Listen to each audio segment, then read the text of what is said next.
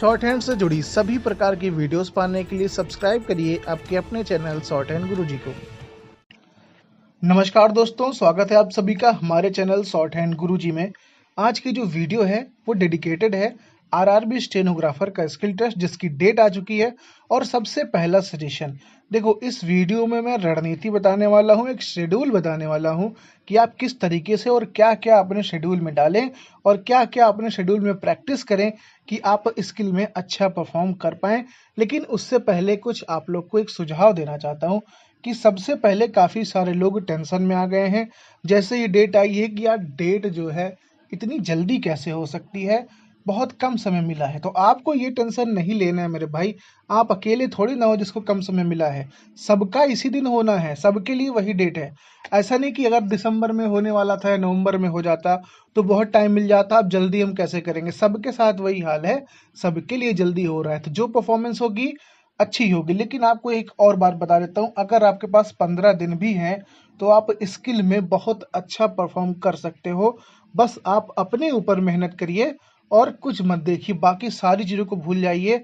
सिर्फ स्किल पे आपको फोकस करना होगा, क्योंकि मैं अपनी हर वीडियो में हमेशा से कहता आया हूँ कि चाहे जब चाहे जो करो, लेकिन जो असली तैयारी होती है वो लास्ट के 20-25 दिन ही होती है।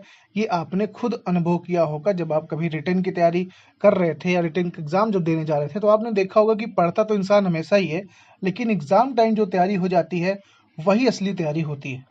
तो भैया सबसे पहले अपने अंदर से डर निकाल दीजिए कि स्किल जल्दी हो रहा है, जल्दी नहीं हो रहा है, बहुत समय है अभी भी आपके पास। आप बहुत अच्छा परफॉर्म करेंगे, बस एक सही दिशा निर्देश, एक सही रणनीति को अपनाना है आपको बस।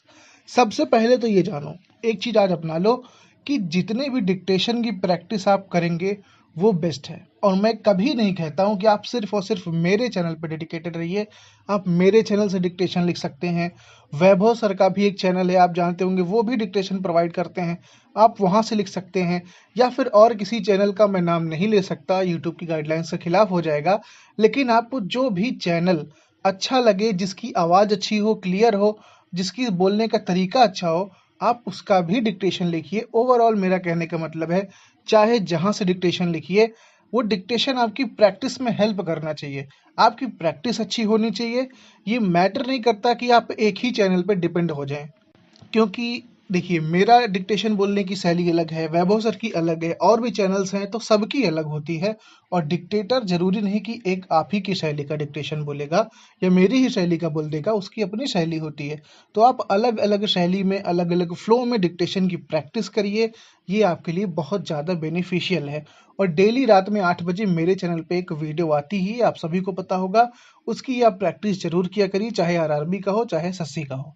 अब बात करते हैं कि हमको प्रैक्टिस तो करना है, बट करना कैसे है, क्या करें, कितना डिक्टेशन लिखें, कितने घंटे प्रैक्टिस करें, एक साथ कितने घंटे पढ़ें। बहुत सारी टेंशन होती है, क्योंकि जब डेट आ जाती है तो ये सब स्वाभाविक है। तो इस बारे में बात करते हैं कि कैसे प्रैक्टिस करनी है। देखिए दोस्तों, सबसे पहले तो आपको सीरियस होना पड़ेगा और उठना पड़ेगा सुबह जल्दी। आप कोशिश करिए कि आप 4:45 या 4:30 तक उठ जाएं। किसी भी टाइम उठते हो उठ जाइए। अगर आप जल्दी नहीं उठ सकते, बहुत ज़्यादा प्रॉब्लम होती है आपको, तो आप थोड़ा लेट भी उठ सकते हैं। लेकिन अगर इस टाइम उठेंगे, मेरा अपना ओपिनियन है, तो बहुत सही दिमाग रहता है आपका। जो माइंड रहता है ना, जो भी पढ़ेंगे, चाहे वो शॉर्ट हैंड का स्किल टेस्ट हो या कभी भी आप स्टडी कर रहे हो किसी भी चीज़ की, बहुत बढ़िया से दिमाग में फीड होता है वो और हमेशा लंबे समय तक रह जाता है। तो देखिए, सबसे पहले सुबह 5 से 6 का एक शेड्यूल आपको बनाना है। 5 से 6 आपको डेडिकेटेड करना है, आउटलाइन का अभ्यास करना है। अब आउटलाइन का अभ्यास सिर्फ ऐसा नहीं कि आपको डिक्टेशन करना है। देखिए, इसको आप 2 पार्ट में बाँट दीजिए। 5 से 6 में आप आधे घंटे 40 मिनट आप क्या करिए कि जो भी आउटलाइन आपको दिखें, जैसे कभी डिक्टेशन में, कभी न्यूज़पेपर में, कहीं भी आपको नए-नए शब्द दिख रहे हैं, मैं नए-नए की ये प्रैक्टिस नहीं कर रहा हूँ जो आपको नए लग रहे हैं। जो भी शब्द ऐसे होते हैं, चाहे वो आत्मनिर्भर हो, चाहे वो अनुभव हो, मतलब इस तरीके के शब्द की आपको प्रैक्टिस करनी है अलग से। सिर्फ़ शब्दों की प्रैक्टिस करनी है। और वो आप कहाँ से करेंगे? अगर आपने अपनी आउटलाइन की कॉपी बनाई होगी, तो उसमें जितने भी शब्द आपने लिखे हैं, सबकी प्रैक्टिस आपको करनी है। आप थोड़ा-थोड़ा बाँट लीजिए कि हाँ, आज मैं इतने शब्द की प्रैक्टिस करूँगा, 100, 150, 200, जितने भी शब्द हों उनकी आउटलाइन, जो बेस्ट आउटलाइन होती है, वो आपने अपनी नोटबुक में ज़रूर लिखा होगा। तो उसकी प्रैक्टिस आप अच्छे से करिए आधे घंटे आप सिर्फ पेंसिल से वर्ड देख देख के बनाइए। ठीक, जैसे आपने लिखा, आपने मान लीजिए 100 वर्ड लिख डाले, राइट साइड वर्ड है, आपकी आउटलाइन की कॉपी है, आप पेंसिल्स देख के उसको अपनी रफ कॉपी में कहीं भी उसकी आउटलाइन बढ़िया से बना रहे हैं, उसको समझते हुए बनाते चल रहे हैं। आपको आधे घंटे पहले ये करना है। और मैं आपको फिर से बता दूं कि आरआरबी का स्किल बहुत भयंकर नहीं होता है। आप ये मत सोच के जाइए कि ऐसा स्किल आएगा कि सबकी हालत खराब हो जाएगी। बहुत अच्छे लेवल का स्किल होता है, बहुत ईजी होता है। बट कुछ शब्द अगर नए आ जाते हैं तो उसमें ही आप घबराते हैं। और मैं हमेशा से बताता हूँ, हिंदी में इतने शब्द हैं, हर शब्द को तैयार करने से कुछ नहीं होता है। आप इतना मान के चलिए, अगर आपने छोटे शब्दों पे, शब्द चिन्ह पे, सर्वनाम पे पकड़ बना ली, स्किल आपका निकल जाएगा, कोई नहीं फेल कर सकता। बस आप ध्यान से सुनिए क्या क्या करना है। तो आपने जैसे मान लीजिए 40 मिनट इसकी प्रैक्टिस कर ली, आपने 100 आउटलाइन, 150 आउटलाइन जो भी अपने बुक के बनाए थे उसको आपने लिख लिया है। अब आपको उसका डिक्टेशन लिखना है।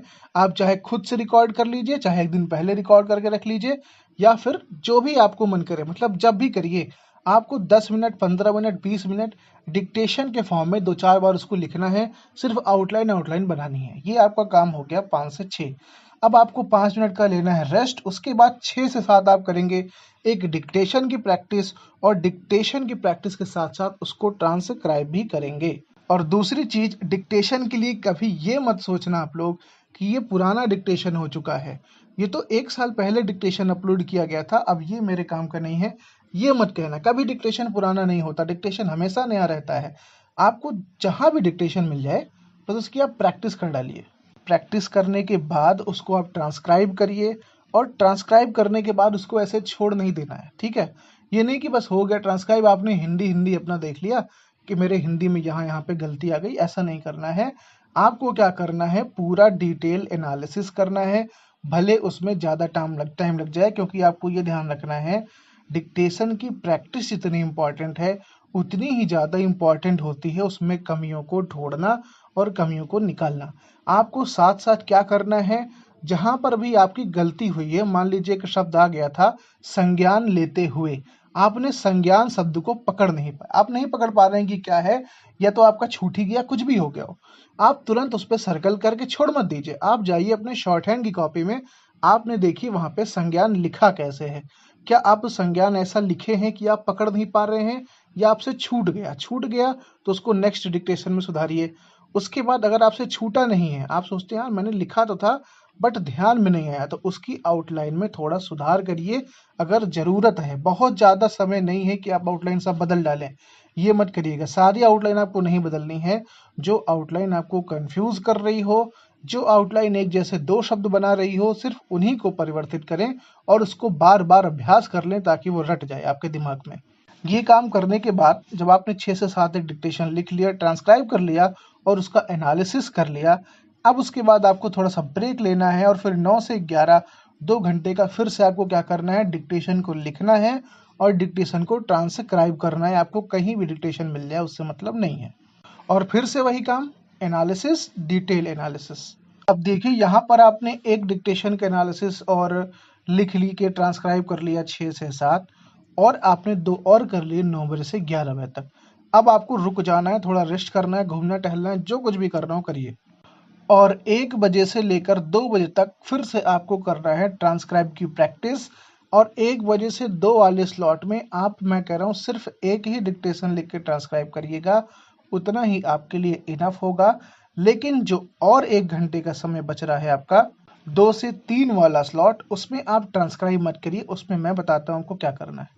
2 से 3 आप क्या कर सकते हैं, मान लीजिए आपने डिक्टेशन लिखा, ठीक, आपको डिक्टेशन पढ़ना है मतलब उसको विथ पीडीएफ पढ़ना है। चाहे आप दोबारा उसको ऑन कर लीजिए डिक्टेशन, आप उस तरीके से भी पढ़ सकते हैं। अगर आपके पास पीडीएफ है तो आप वहां से भी पढ़ सकते हैं। ठीक, आपको डिक्टेशन को पढ़ना है और अपनी शॉर्ट हैंड को मिलाते हुए चलना है कि हाँ मैं क्या क्या बना रहा हूँ। अब यहाँ पर उनके लिए भी टिप दे देता हूँ जो पढ़ नहीं पाते हैं, अभी बहुत स्लो हैं पढ़ने में। क्योंकि अगर आप जानते हैं आपकी पढ़ने की स्पीड अगर अच्छी हो गई तो आपको कभी भी ट्रांसक्राइब करने में टाइम नहीं लगेगा। अब पढ़ने के लिए अगर आप अभी वीक हैं तो आप एक काम किया करिए, डिक्टेशन को दोबारा प्ले कर लिया करिए और जहां आपने शॉर्ट हैंड लिखा है उसको पेंसिल से ऐसे एक एक शब्द जैसे डिक्टेशन में बोला जा रहा है, सभापति महोदय मैं यह कहना चाहता हूँ, आप तुरंत वैसे मिलाते चलिए कि हाँ क्या मैंने सही लिखा है कि नहीं लिखा है। देखिए ये सब आपको खुद करना पड़ेगा। अगर आपके इंस्टीट्यूट में कोई टीचर है तब तो वो आपको अच्छे से गाइड कर देगा, लेकिन अगर आप खुद से प्रैक्टिस करते हैं तो ये सारी चीज़ें आपको खुद अपना टीचर भी बनना पड़ेगा और खुद ही आपको स्टूडेंट भी बनना पड़ेगा। ये सारा काम आपने कर लिया। अब इसके बाद आपको रिलैक्स हो जाना है। 2 से 3 आप समझ लीजिए आपकी पढ़ाई हो गई। बहुत आपने पढ़ा, आपके 6 घंटे टोटल हो गए हैं और इससे ज़्यादा प्रैक्टिस करने की ज़रूरत नहीं है। लेकिन अभी देखिए आपने शेड्यूल स्टडी का बस यहीं तक बनाया। अब आपको अभी टाइपिंग की भी प्रैक्टिस करनी है, क्योंकि अगर आप शॉर्ट हैंड बहुत अच्छा लिख लिए, टाइपिंग स्पीड बेकार हो गई तो भी कोई मतलब नहीं। तो इसको आप शेड्यूल मत बनाइए। टाइपिंग आप जब मन कहे तब आप कर डालिए, क्योंकि आपने टाइपिंग जो है जब ट्रांसक्राइब किया है तो उसको कॉपी पे तो किया नहीं है, उसको आपने ट्रांसक्राइब किया है कंप्यूटर पे ही। तो आपकी टाइपिंग की स्पीड ऑलरेडी अच्छी है। फिर भी आपको मेरा सजेशन है 15 मिनट 10 मिनट जब आपका मन करे, जब आप फ्री हो जाएं, चाहे आप सोने के 15 मिनट पहले कर सकते हैं, जब भी आप फ्री हो आप 15 मिनट, आधे घंटे, 20 मिनट टाइपिंग भी कर लीजिए। अब देखिए एक और आपके पास 1 घंटे का समय और निकालिएगा। 1 घंटे का जो आप समय निकालिएगा वो आप इसलिए निकालिएगा कि आप देखिए दिन भर आपने जो डिक्टेशन लिखा, चाहे वो आउटलाइन में जो स्टार्टिंग में आपने बोला था वो, या फिर आप 4 डिक्टेशन 3 डिक्टेशन जितने भी आपने अभ्यास करके ट्रांसक्राइब किए हैं, उनके छोटे छोटे शब्द बड़े बड़े शब्द को आप एक जगह कॉपी पे लिख लीजिए और उनकी एक बार फिर से बना के अभ्यास कर लीजिए। आप समझ रहे ना मैं क्या कह रहा हूँ? आपने डेली दिन में, जैसे मान लीजिए आज आपने 4 डिक्टेशन लिख लिया है और 4 डिक्टेशन में कुछ शब्द आए होंगे, वो छोटे शब्द भी हो सकते हैं और बड़े शब्द भी हो सकते हैं। उन सभी को आपको कॉपी में लिख लेना है और एक बार फिर से उनकी आउटलाइन ड्रॉ कर लेनी है और कई बार ड्रॉ करनी है। ये नहीं कि बस एक बार हो गया, 2-3 बार। जैसे मान लीजिए आ गया संघर्ष, 2-3 बार आपने संघर्ष बना दिया, मतलब उसकी अच्छे से अभ्यास हो जाए। बस इतना काम आपको कर लेना है, इसके अलावा आपको कुछ एक्स्ट्रा एफर्ट नहीं डालना है। और हाँ, रात में 8 बजे तो हमारे चैनल पे एक डिक्टेशन प्रीमियर किया ही जाता है। वो लोग आपको ऐसा वो डिक्टेशन ऐसा लेना है कि आपका मान लीजिए मॉक डिक्टेशन हो रहा है, वही डिक्टेशन हूबहू आपको ये मान के चलना है कि आपके स्किल में आने वाला है। तो अगर आप इतना कर लेते हैं और आप खुद देखेंगे कि आपके अंदर एक कॉन्फिडेंस बिल्डअप हो जाएगा, और अगर आपका कॉन्फिडेंस अच्छे से बिल्डअप हो गया तो आपको स्किल टेस्ट में कोई भी फेल नहीं कर पाएगा। कुछ और सावधानियाँ, जैसे स्किल टेस्ट आप देने गए मान लीजिए एग्ज़ाम हॉल में, तो वहाँ पर आपको लोगों से ज़्यादा बात नहीं करनी है कि भैया तुम्हारी स्पीड कितनी है, तुम 100 पे लिखते हो, तुम 120 पे लिखते हो, हम तो 80 पे ही लिखते हैं, मेरी इतनी गलती आती है। ये सब कुछ नहीं, आपको बस रिलैक्स रहना है, किसी से ज़्यादा बात नहीं करनी, और अगर बात करनी भी है तो कम से कम स्किल टेस्ट से रिलेटेड बात मत करिएगा। और कहीं अगर बहुत ज़्यादा बात हो रही है तो आप देखिए वहाँ सुनने मत लगिएगा। कई सारे लोग ऐसे होते हैं ना जो लिखते 40 और 50 पे भी नहीं है, लेकिन वहाँ ज्ञान इतना लंबा लंबा देते हैं कि आप लोग उसको लपेट नहीं पाएंगे। तो कई बार हमारा मन करता है हाँ यार वहाँ स्किल की बात चल रही है, चलो थोड़ा बगल में खड़े होते हैं और सुनते हैं ये लोग बात क्या कर रहे हैं। नहीं करना है सब, आपको एकदम अकेले खड़े रहिए, पानी उनी पी के मस्त रहिए। आपको अपने प्रैक्टिस पे जो आपने मेहनत की है उस पर पूरा भरोसा होना चाहिए। अगर आपको खुद पे भरोसा है तो आप वहाँ जो परफॉर्मेंस देंगे वो शायद बाहर बच्चे जो टाइम वेस्ट कर रहे हैं वो नहीं देंगे। आप हमेशा देखेंगे जो बाहर ज़्यादा बातचीत करते हैं वो अंदर से प्रिपरेशन नहीं करके आए होते, अंदर से खोखले होते हैं, उनके पास और कोई टाइम नहीं होता है। और जो सच में प्रिपरेशन किया होता है, या तो वो शांत खड़ा होता है या फिर वो अपने काम से काम रखता है, कुछ ना कुछ पढ़ता रहता है, कुछ ना कुछ याद करता रहता है।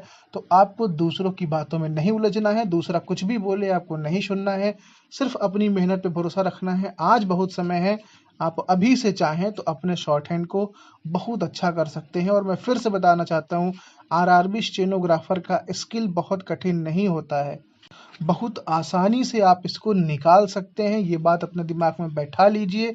लेकिन आपको ये भी ध्यान रखना है कि जहाँ डिक्टेशन आसान आता है, गलती भी वहीं पे ज़्यादा होती है। और ये जो शेड्यूल मैंने बताया है, आंख बंद करके इसको मत फॉलो करिएगा, सबका टाइम अलग होता है। आप अपने हिसाब से आगे पीछे भी कर सकते हैं, लेकिन हाँ एक साथ 6 घंटे 5 घंटे बैठ के प्रैक्टिस मत करना। 2-2 घंटे के बाद थोड़ा गैप जरूरी होता है, आपका ब्रेन को रिलैक्स चाहिए होता है।